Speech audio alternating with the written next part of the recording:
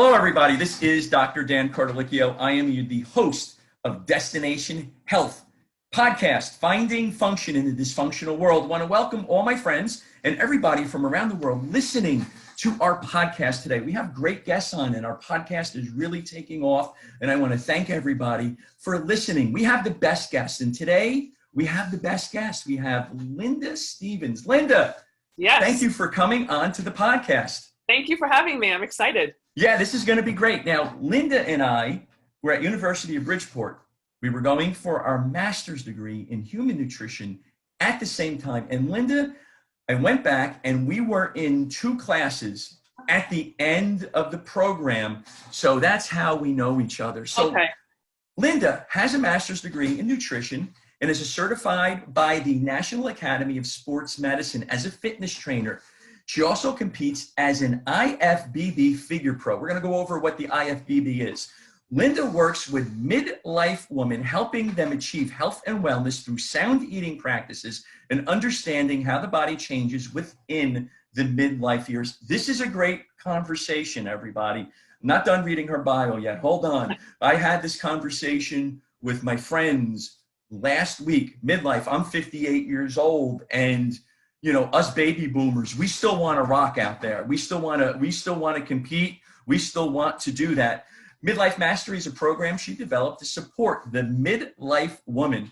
So she teaches midlife women how to counteract the physical changes. Well, yes, we do. We face as we approach menopause and beyond. I don't experience menopause, though. Midlife Mastery is about keeping your metabolism hard at work and keep that midsection, you know, nice and tight and so forth.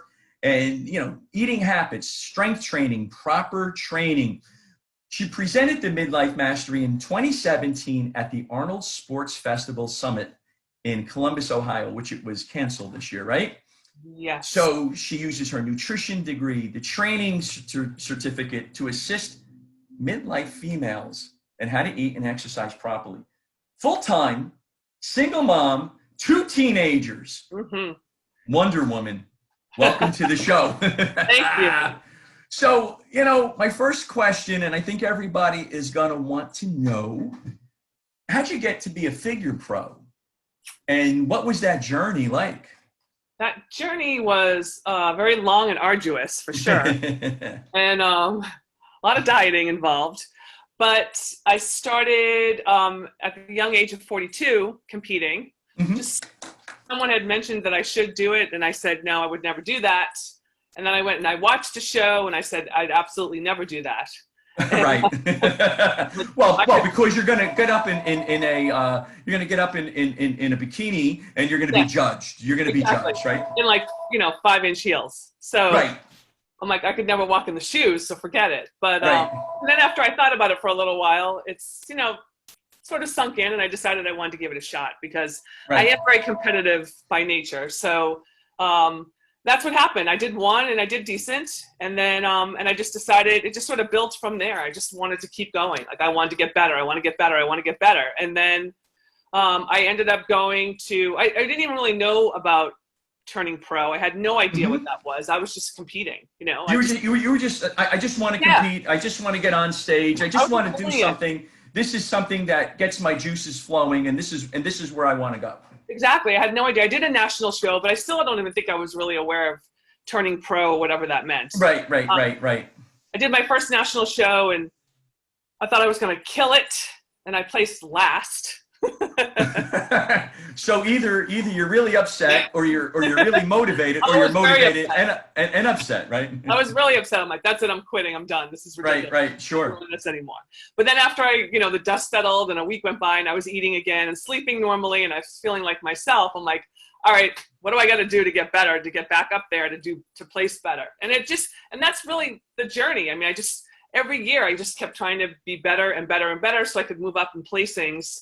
And then I became aware of turning pro and what that meant, and started meeting other people under the IFBB NPC umbrella, which the NPC, for the people listening that don't know, is the National Physique Committee, which is the amateur division of the International Federation of Bodybuilding. So you start in the NPC, you have to win a national show, you win your pro card, and then you step up to the IFBB level. Right. Which is then like a whole nother a whole nother world. I mean, you really start from ground zero all over again once you graduate and turn pro. It's right. You gotta start climbing the ladder again. You gotta earn your pay. You have to go through the whole thing. It's called getting your card. Is that correct? You get your pro card.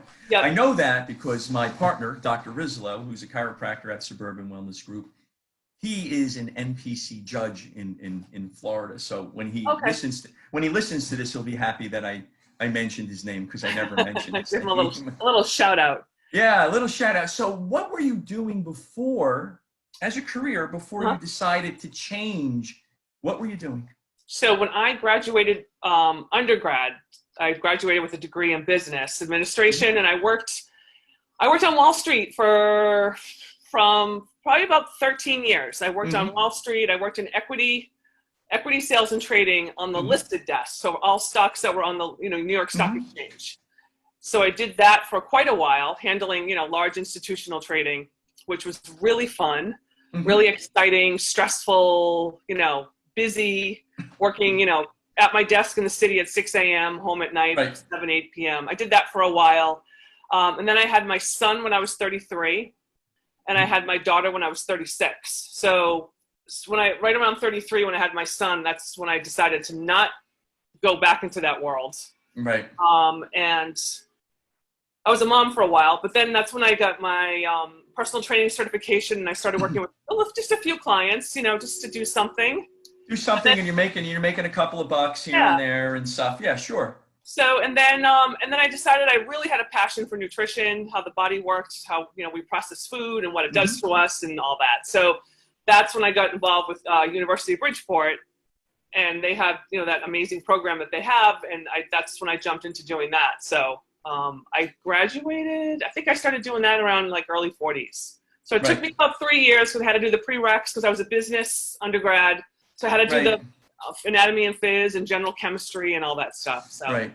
And here's a shout out to University of Bridgeport. Where I am an adjunct professor. I teach evidence-based nutrition and pathophysiology of disease. So if anybody wants to change their careers, contact Linda or I. Yeah, and we'll steer you in the right direction. It's a great program. So it was, that was a good move for me. And then I turned pro in those years, and it just sort of, everything's just sort of, it's interesting how your life just sort of, builds upon, it's like putting a house together, you just put the floors on one at a time, and things just present themselves, opportunities. And you know what, a lot of times, and what I found, especially today in the nutrition program I was teaching earlier this morning, is that a lot of people have a personal experience to get into the nutrition program or to change a career. Here I am, chiropractor, and I've been, at this point I'm practicing over 30 years.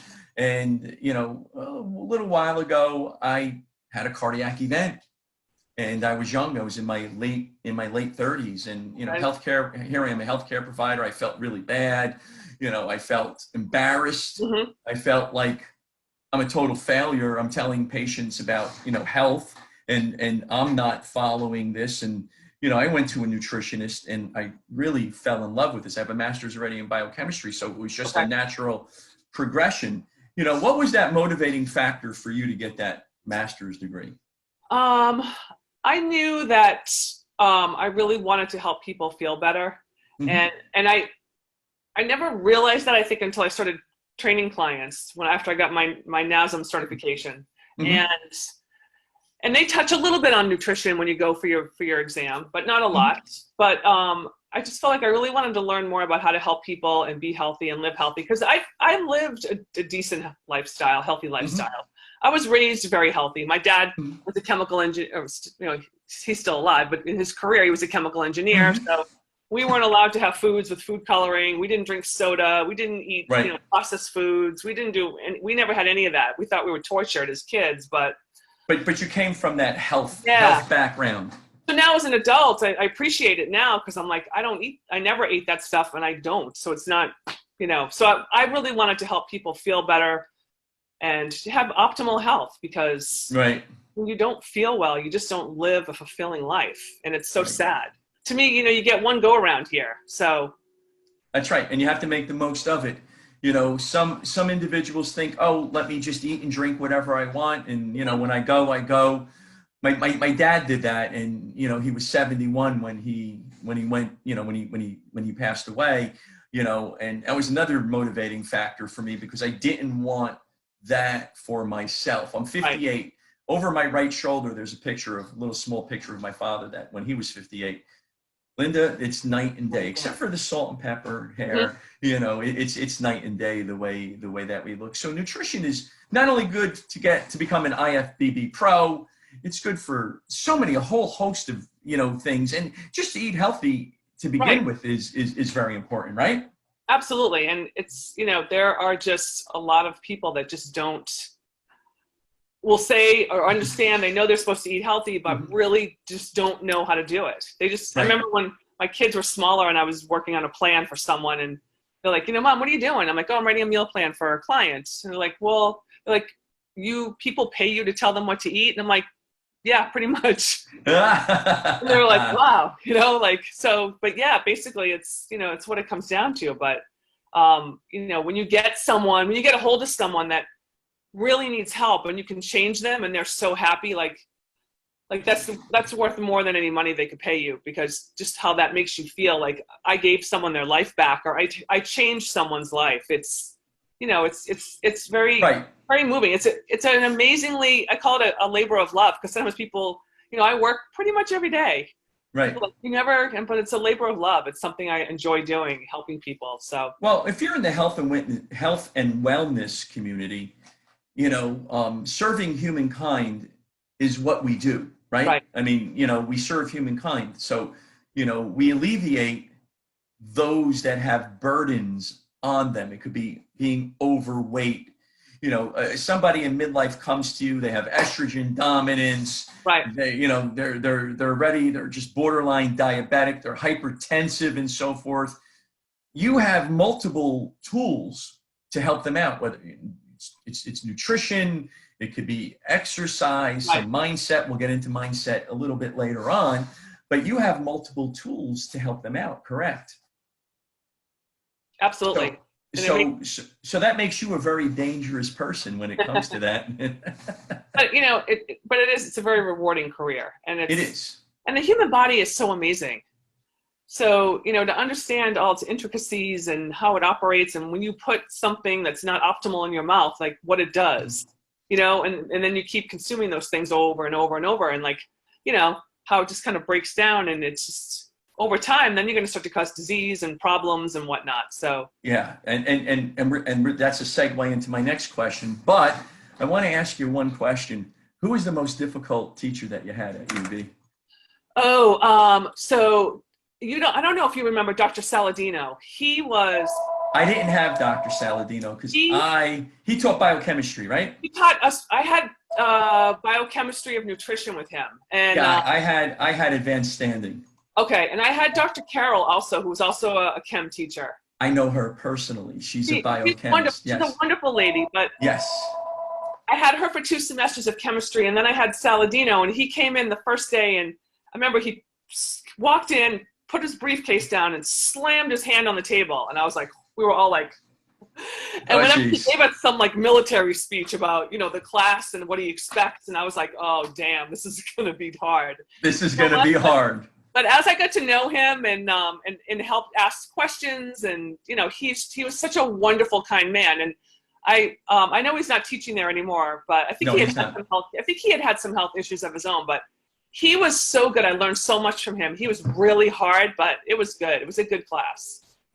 For me, it was Dr. Lord, lab evaluation. Okay, I never had him, but I know his name. Dr. Lord, I mean this with all due respect. He's another friend of mine. He's so brilliant. He's on another planet. So anyway, diets are very important. Let's discuss fad diets, and let's discuss standard American diet, Western diet, even the European diet. People in Europe, I mean, it's not that they're that much better than us, and we'll get into that. So what are these fad diets? They kind of work in the beginning. You can lose 30, 35 pounds in 2 weeks. Let's get some raspberry ketones going. Then all of a sudden, right, Linda, you gain it back, and then you get rebound. You get another 10 to 15 pounds. Exactly. So, because people will say to me, should I do keto? Should I do paleo? Should I do this-eo, that-eo? It's like, you know, like, I'm not losing weight, I think I'm going to try keto. And I'm like, you know what you really need is just a good comprehensive plan. And I don't like to use the word diet. Like I'll say meal plan or food plan or something else, because it's your nutrition. It's your nutrition. Yeah. A diet to me is a temporary time period that you're going to do something. So I tell them, this is a lifestyle now. I'm going to teach you how to eat every day for the rest of your life. And I'm not saying that you can't add things in that you enjoy periodically, but for now, for 8 weeks, 12 weeks, whatever it is, this is how we're going to do it. So we can get your metabolism functioning optimally, have 100%. Have your body become that well-oiled machine that it is, so that it's calling for food every few hours. Like that's what you want. Just enough food to fuel the fire and keep you going. And then once you get your metabolism going along, if you have a piece of chocolate cake once in a while, you know what? You're going to metabolize it. It's not going to be stored around your hips or your butt or wherever. Right. I totally agree. And before you said, or as you were saying, lifestyle, I had written that down, you know, because we're making lifestyle changes, trying to prevent chronic lifestyle diseases, because fad diets are really bad. You know, I had a patient last week and they wanted to go keto. You know, they weren't losing as much weight. So they lost about 12 pounds within the first month. They have some healthcare issues, but that's nice. 2.5 pounds is really healthy weight loss, right? That's really healthy weight loss, you know? So wants to go keto, and I have some products in the office that help that along. You know, you're not supposed to get the keto flu. Everybody goes keto, gets keto flu. Exactly. I don't care. You know, no matter what product you're taking, and people don't understand keto. So now I'm getting text messages from her, you know, 10 o'clock at night. Can I eat this? I said, I thought you wanted to go keto. You know, I thought you wanted to do a keto diet. This is not part of the keto diet. And you have individuals that come in that have a preconceived notion. I want to do the Mediterranean diet. My doc told me I have high cholesterol. My lipids are bad. But a lot of times I'm doing a modified keto diet depending upon what their needs are. I'm sure you do the same thing, right? Right. I mean, everybody's an individual, but, you know, I talked to a woman today on my way home from the gym, a client, and she's like, I never ate carbs. She's like, I stopped eating carbs so long ago. She's down about 11 pounds now. And it might be 6 weeks and maybe a little less. But she's like, thank you so much. She's like, I'm eating carbs now and I'm actually losing weight. I never, ever thought I would see that day. And I'm like, you need to have a balanced food plan. You need to have protein, fat, and carbs. I'm like, your macronutrients need to be balanced, because you need, and it depends upon, now that you said carbs. So, you know, you can get good carbs, you can get bad carbs. Good carbs could be broccoli, cauliflower. It could come from an apple. I had an apple after lunch today. It's not that you're eating processed foods. Processed You're not eating Twinkies, you know, or donuts, Wonder Bread, or Ritz crackers, Cheez-It, you know, stuff like that. I mean, that stuff is just people grab it, whatever, you know, and you know, just eating processed, poor quality carbohydrates. But then they're spiking their sugar and they're getting that surge of energy, which that's what they're calling for. But then they crash again, and it's just that vicious cycle they keep doing. And now they need to eat more of that stuff to feel a little bit better. And, you know, it was interesting. I've mentioned this article a couple of times on the podcast. You know, if you're eating ultra processed foods, you know, one study, it was 2019 Mayo Clinic proceedings, just at the end of the year, they're affordable, they're really palatable, and they're readily available, right? Because when COVID hit, what was the first thing to go? The cakes, the candies, the cookies, all of that stuff. I'm like, stay away from it. I'm telling my wife, please stay away from that stuff, because it's all, you know, it's all bad. High in omega-6 fatty acids, right? Right. Yep. Inflammatory. Yep. That's exactly. So it creates that arachidonic inflammatory cascade, right? Right. And what does that do to the body, Linda? That's just nothing good, for sure. You know, and then it just makes them tired and lethargic. They don't want to move because their joints are achy. It's right. So. And you get those clients in, you get those patients in, and everybody that's listening, you know, if you can come away with some clinical pearls, one of them is, please stay away from these processed foods. Right. You know, you can be in your late 40s to late 50s, and you can still be in, you know, really good physical condition, Definitely. right? Am I right or am I wrong, Linda? Absolutely right. Absolutely. I have a client right now. She's 61, and she's going to do her first figure competition in 2 weeks. And she's gone from 180 with me, 184 pounds, and she was 116 this morning. So, you know, it's been over a period of time, but right. It doesn't happen. And everybody thinks about, right. It happens right overnight. No. Yeah. She looks amazing. It's just incredible. And I can't wait for her to get up on stage, because it's just, what a testament, you know? I don't know, Linda, I have a bad back. I got a bad shoulder. I got herniated discs in my neck. I've had surgeries on my knees. Do you think you can get a guy like that who's 58 up on the stage? Is that possible? Right shoulder's really bad too. I can't do military presses so good. Is there any way you can get me on the stage, or should I just? No, I mean, it's possible. We just gotta diet you down. That's all. That's all. I don't know if I can build as much. We gotta shut off the fluff and see what's under there. That's all. Oh no. All right. Well, that's a conversation for another time. Okay, we'll figure that out at a different time. So, tell me about Midlife Mastery. What was that thing that brought you to Midlife Mastery, the program? It's funny because, so I have a business coach. Give a little shout out to my business coach. And we were just chatting one day last year sometime about, you know, I was talking about, you know, some of the women that I work with, and, you know, most of them are over 40, over 50, Mm-hmm. and they all they all comment about the same problems, you know, excess body fat around the waist, around the hips, the legs, the butt, all that. So I said, you know, I should really come up with some kind of tagline for what I'm doing, because it would be kind of cool to just call it something. And then we were kicking it around. I'm like, you know, what about like Midlife Mastery? And he was like, that's freaking awesome. He's like, that's really a great, he's like, that's yeah, great. Write that down right now. So I did. And he's like, let's talk about it. Let's, what is it? So, and I said, well, you know, I mean, I am a midlife woman. I said, so it's about, you know, feeling optimal in midlife. You know, a lot of the women that are in this demographic, you know, their kids have gone to college now, or they're getting ready to go, or, you know, and all of a sudden they're like, okay, now what do I do? Like, I've dedicated my life to my children and my family, but now it's me. And I've got excess weight on me, and I don't like how I feel. I never used to look this way when I was in my 30s or early 40s. Of course, so, because you could do whatever you want back then, or just about whatever you want. And you know, a day or two later, you go to the gym, you go for a run, you're feeling good again, right? Right, but you feel, you know, people kind of let themselves go sometimes as parents. You know, they're eating whatever their kids are eating. They're eating their leftover chicken nuggets, their leftover macaroni and cheese. You know, and as time goes by, right, these pounds are piling up, and they're not active, and right. You know, your life sort of takes a backseat a little bit because you're busy doing the family thing. So, right. But now it's like, okay, now what? Like, they want to feel good, they want to feel confident, they want to feel sexy, they want to look younger, they want to have some muscle tone. Right.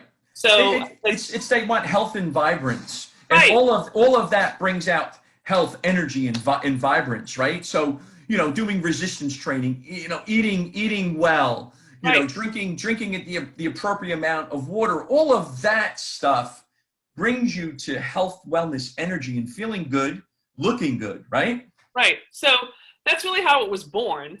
And then I've built upon it. So, you know, I built an 8-week course called Midlife Mastery, and I've run that a few times. And it's a 8-week program where I go through segments of, you know, nutrition and supplementation, training, life balance. You know, I do a whole section on alcohol and drinking and what it does to us as women in our 40s, 50s, and over.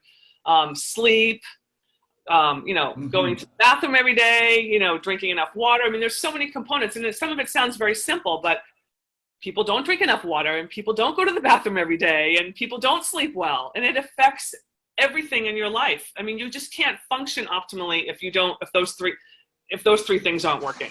So yeah, you know, for everybody listening, what Linda is imparting upon you is all extremely important.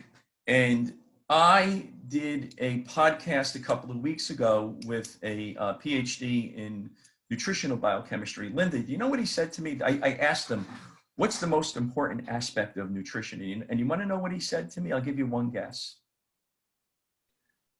Is it, what did you say something, probably drinking water or? He said sleep. Sleep. Because that's when you repair. Yeah, right. That's when your biochemical processes. He goes, you have to get proper sleep. And what Linda is doing is she's working with all of this, and she's educating you with all of this. I do the same with my patients. You know, we talk about sleep, restful, restorative sleep. We talk about drinking water. We talk about exercise and so forth. I'm not the expert in the exercise, but we do discuss those types of things. That's very important. And midlife is great because I'm a baby boomer, you're a baby boomer, and we just want to be healthy. You know, Absolutely. that's who we are. That's our generation. There's that goal. We'll get into goals in a minute. I mean, you can't turn off the aging process, right?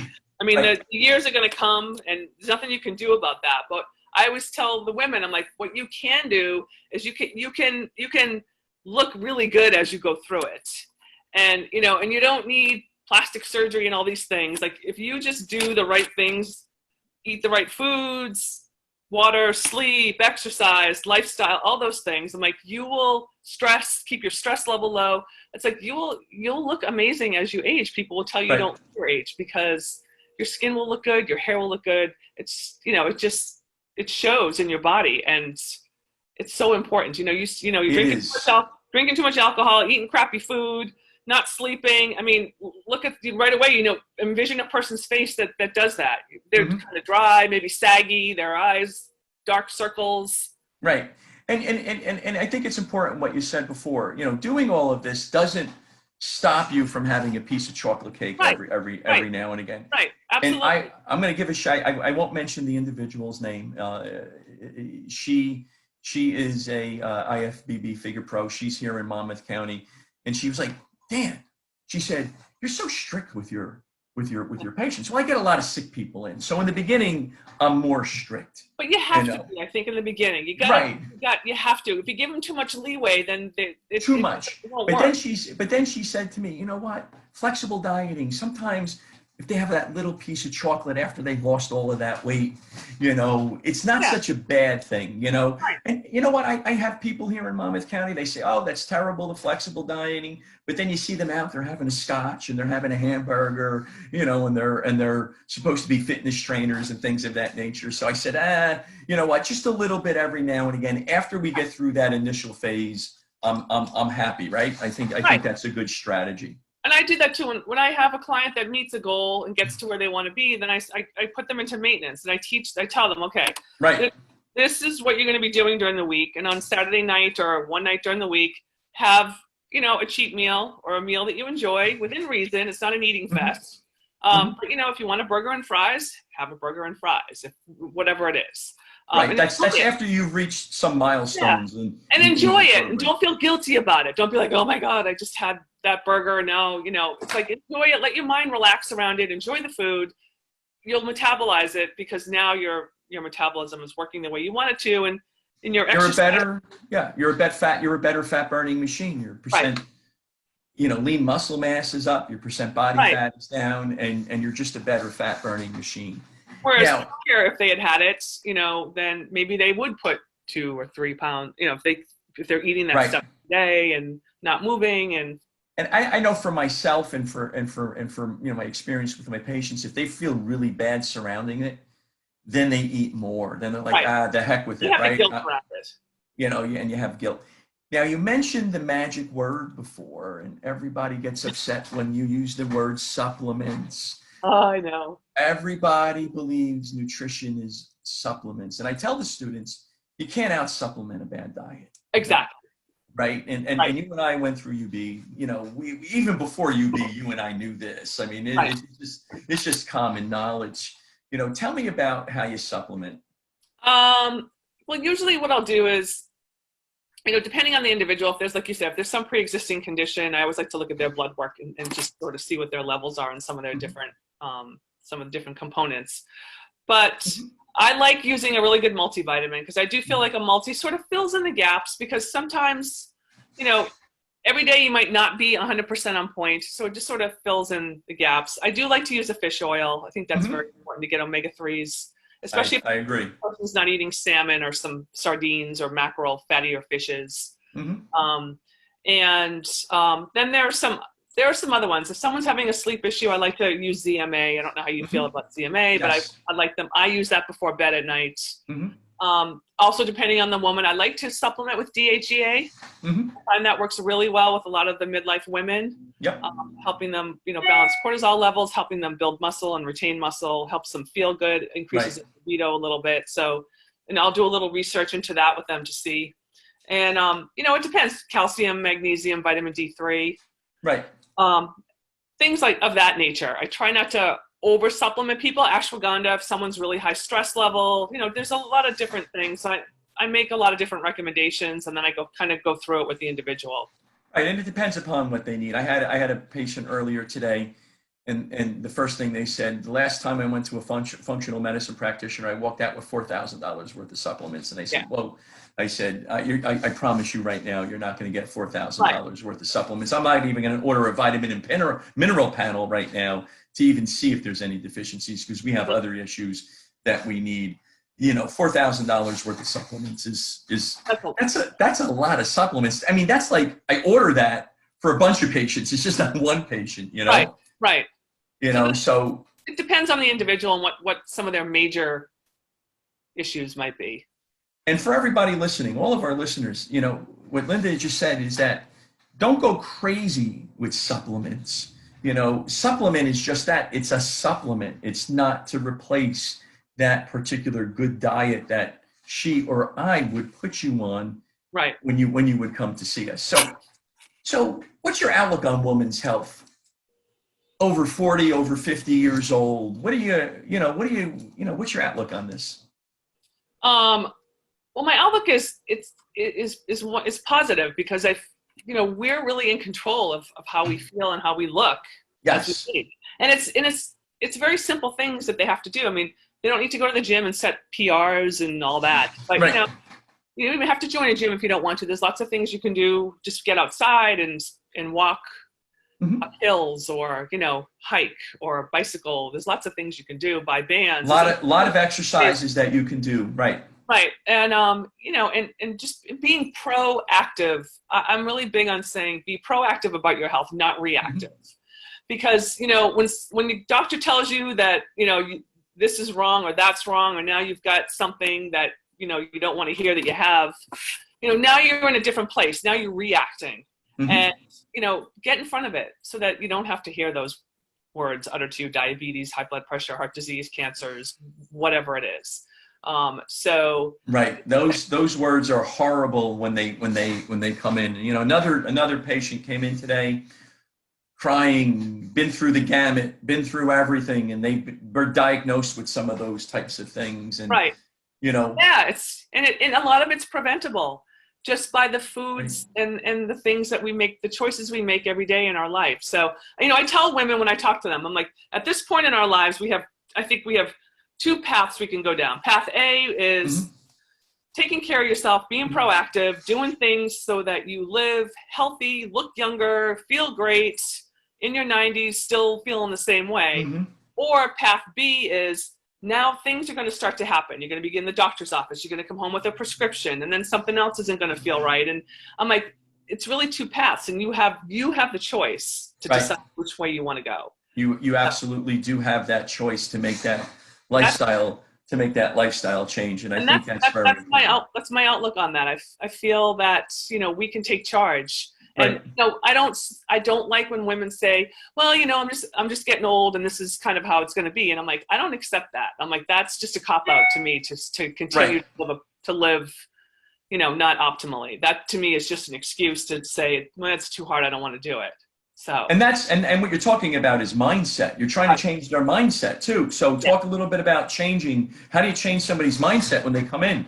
Oh, I don't want to do this. I have a bottle of wine every night. I know. Yeah. Or they'll say, you're going to tell me I have to stop drinking. And I'm like, Yeah. Yes. We said that to, parallel, we just said that together. Yes. And, but mindset is tough. You get the people that come in and they're ready to do it and they want to do it and they're already there. So those people are super fun to work with because they want to do it. And then you get the people that reluctantly come and they know that, they're the ones that ask that they have to stop drinking. And, but I really work with them to try to just to show them like, look, how do you feel right now? I'm pretty crappy. Well, don't you want to feel better? Yeah. So let's work together and fix it. And I tell them, let's take it in baby steps. Let's just start really easy. Like one day I want you to just up your water intake. Let's just focus on that. And sometimes you have to take those baby steps because individuals are so set in their ways and to try to turn that around. I mean, if somebody comes into you, they've had a couple of heart attacks. I mean, there's going to be bigger baby steps. Motivation there, yeah. You have to motivate them to do more and better, quicker. But I agree with you. It's that drink a little bit more water. Add some fatty fish. Wild salmon is great for omega-3 fatty acids. Great source of protein. Have a nice salad. Make yourself balsamic vinaigrette. Don't go out and buy it in the store, and, have a healthy meal, and make sure you have that regular bowel movement at least once per day. It's so important. So important. And I have, I had a client who was not going to the bathroom every day and her weight, we just couldn't get her weight to budge. So finally, I introduced some fiber and a couple of other things she was starting to do before she went to bed at night. As soon as she started going to the bathroom every day, now she's gradually losing weight. And she's like, I feel so much better. She's like, I didn't realize how much not going to the bathroom every day was really making I was just going to say, she feels better because she's eliminating on a regular basis. I know for myself, if I don't go to the bathroom or I don't sleep optimally the night before, the next day I'm like, I know, it's just, I'm off. I don't feel the way I would normally feel. So it's, and it doesn't happen very often, but when it does, I'm like, damn, this is what it feels like. Some people feel like this every day. Right. So.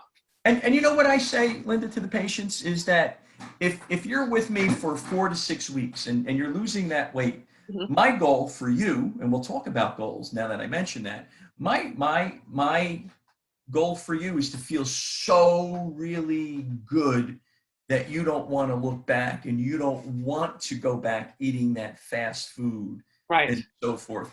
And what I try to do when I try to change their mindset, when it comes to food, a lot of it's to do preparation, correct? Right. Because if you can prepare your food, like my wife and I, we cook on a Sunday and we'll cook for several days because she's busy, I'm busy, kids, all of that stuff. If you can prepare that food instead of when you're driving to work, you stop at the fast food place. We don't want to mention any names. Right. And you get that sandwich with some eggs and fake eggs and sausage, and then you get grease and coffee, and it's all that grease. It's really about organization, changing that mindset, and preparing for at least several days. Right. And then as time goes on, you can prepare a little bit more. It's tough sometimes, right, to change that headspace. Do you find that with your clients? Absolutely. It's sometimes they get really jazzed up about the food prep and the eating and and cooking, and I'm like, look, I'm not a gourmet chef by any stretch of the imagination. I said, but I can cook chicken. I can use my grill to cook chicken or steak or burgers or or whatever it is. I'm like, it's really simple. Just cook the basics. You can do any vegetable, a salad. I mean, it's not that difficult. And the food tastes good. I tell them, like, you can use spices, you can use sea salts, you can use pretty much anything you want. I'm like, it's not just going to be lettuce and chicken for the rest of your life. Like add a little excitement to your food. I mean, you can do that. And I think this is an important point for all of our listeners, okay? Because eating healthy doesn't have to be boring, exactly. Right? Yep. I mean, I had a consultation with somebody yesterday, and very difficult. Their palate is very, very small, and we're working with them. They had the band put in, heavy, hypertension, cardiovascular stuff, Linda. And I said, what is it what's your, you don't like to eat fish, but you've never had it, but yet you can make a piece of salmon. Yeah. Really delicious. Very good. And I said to him, I'm going to give you beef right now too. All right, let's do let's do grass-fed beef as opposed to the grain-fed beef. Right. Let's get some better omega-3s in, because the grain omega-6s, and he was like, oh, I never knew it was like this. I should have seen you 10 years ago. He said, maybe I wouldn't be, right? You get that too, right? Yeah, absolutely. So I think the important thing is that eating healthy, number one, is not any more expensive than eating poorly. Right. And number two, you can make it equally as delicious. Absolutely. You're spending your money just a little bit differently, right, Linda? Absolutely. I mean, you can make make a burger, grass-fed burger, put it on a good quality roll or whole grain bun or something, lettuce, tomato. You could even buy, organic, no nitrate bacon and put a couple, you can make your own, and it's fantastic. Right. You can have yourself a bacon burger. Yeah. You can put turkey bacon on it. And if you don't want the bun, you can just have that, and you can have a little. I put it on a salad. I put a burger on a salad, put all the things I want on it, and I just throw it in my salad. Right, and you have this big old salad, right, with everything. That's what I do. I'll get a piece of grass-fed beef and I'll cook it up. I like it rare, and then I put it in my salad. I put all the veggies that I want, some nice balsamic vinaigrette. I'll put some nice spices and stuff. That's delicious. I'm salivating right now just thinking about it. I use a lot of salsas too. I love, Trader Joe's has some really good ones. Whole Foods has some great ones. Right. I put salsa on shrimp, on chicken, on beef, I mix it in my salad, Yeah, same here. So it's very important to eat healthy, but it doesn't have to be, because everybody thinks it's bland. Right. Right. I'm going to get that piece of salmon and I'm just going to cook it and I'm just going to eat it like that. And listen, if that's what you like, you can do that. There's nothing wrong with that. But if you like to spice it up, it doesn't have to be bad. Absolutely. Right? So my boyfriend and I, we on the weekends, we have a ritual now where we get a cedar plank and we put the salmon on the cedar plank, little salt and pepper on the grill for 20 minutes. It's out of this world. It's like, and it's nothing. And it's so easy. Like anybody. Do you have a nice big piece of salmon too? Yep. All right, we're coming up on Saturday or something. Come on. We can throw the plank on the grill for sure. There you go. So now, and I think this is very important too, because, you're a woman that's over 50, you have kids, teenagers, you got a career, you're going up on the stage. You got to keep that all together, man, right? Yep. Boyfriend, hopefully he's there to help. He's right? a competitor also, so. Oh, he's a competitor. That's great. So you have a very same and similar lifestyle, which makes it easier. So how do you keep all of that together? I mean, you have to. What I'm getting to is that you have to be, your business card is your business. It's you, and it's your mindset, and it's how you approach your life. That's your business card, because you can I can give you my business card. I got a million of them over here. But Dr. Dan, you got metabolic syndrome. Look at that big old belly. And you got to juggle it. How do you juggle all of that? Because you have to make sure that your clients are doing the same. Right. You just have to become very organized as far as your schedule goes. So, I know, like my days basically sort of shape up as, I get up early, I do some fasted cardio. I'm a huge advocate of fasted cardio. Then I have my breakfast. I have my son's in college, so he's a freshman, he's away. My daughter is here with me, so she's got to do some virtual, some going to school. So I get her, make sure she's organized in the morning, but she's 16, so she does pretty much her own thing, so it works. But and if you can get a 16-year-old being organized, that's pretty really good. Now my son, not so much. Her, yes. I have to bring my wife in now because I have a 12-year-old, very unorganized, and we were trying to get him on to be a little bit more organized because he's all over the place. Don't hold out too much hope. Like if you lower the bar a little bit, it's good, right? It'll sleep better at night. But I gotta say, he ended up okay, so it's good. But right. That's funny. That's funny. I wasn't sure when it was going to happen, but and then I'm in the gym with my clients in the morning, probably till about 12 o'clock, 1 o'clock, and then I come home or I train in there at some point too, and then I'm home working on my, I'm always working on my business, and I'm home here doing my online stuff with all my online clients. So and my dog, she comes and goes, whatever. But it works. But I'm very scheduled. Like I have my calendar on my phone, and I know exactly what I'm doing pretty much every hour. And and I try to shut it down at night by 7 or 8 o'clock, so I can have a little relaxing time before I go to bed, like 9:30.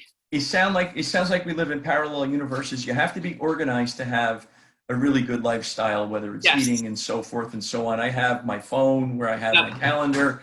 I'm an old-fashioned guy.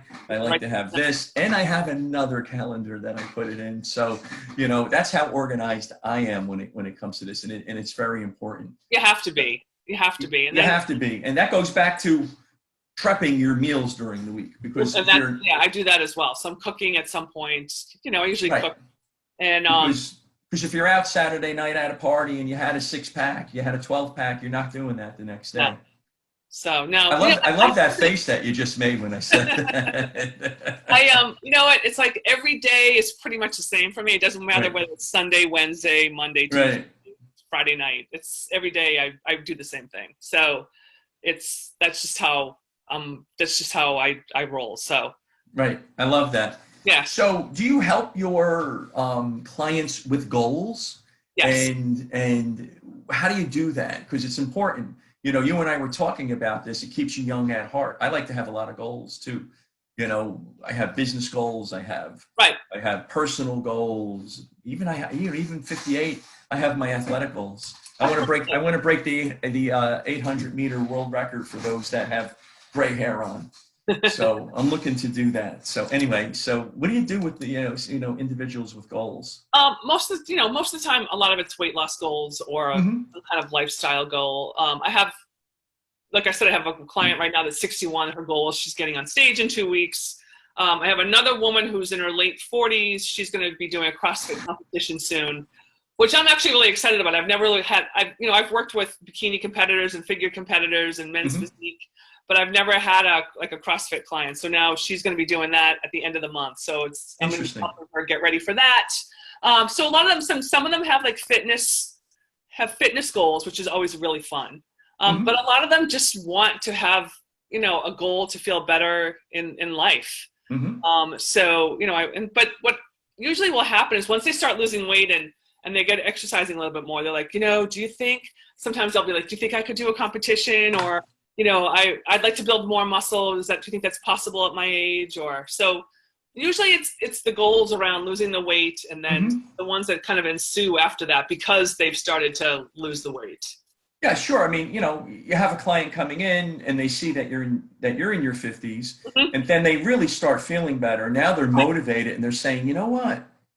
Look at Linda. She looks good. She's got a ton of energy. She's, single mom, and she's got the teenage kids, like we just said, and she, they want to be like you, and I think that's great. We're the same. I tell them, we're the same, because sometimes they'll say, well, how old are you? And I'm like, 52.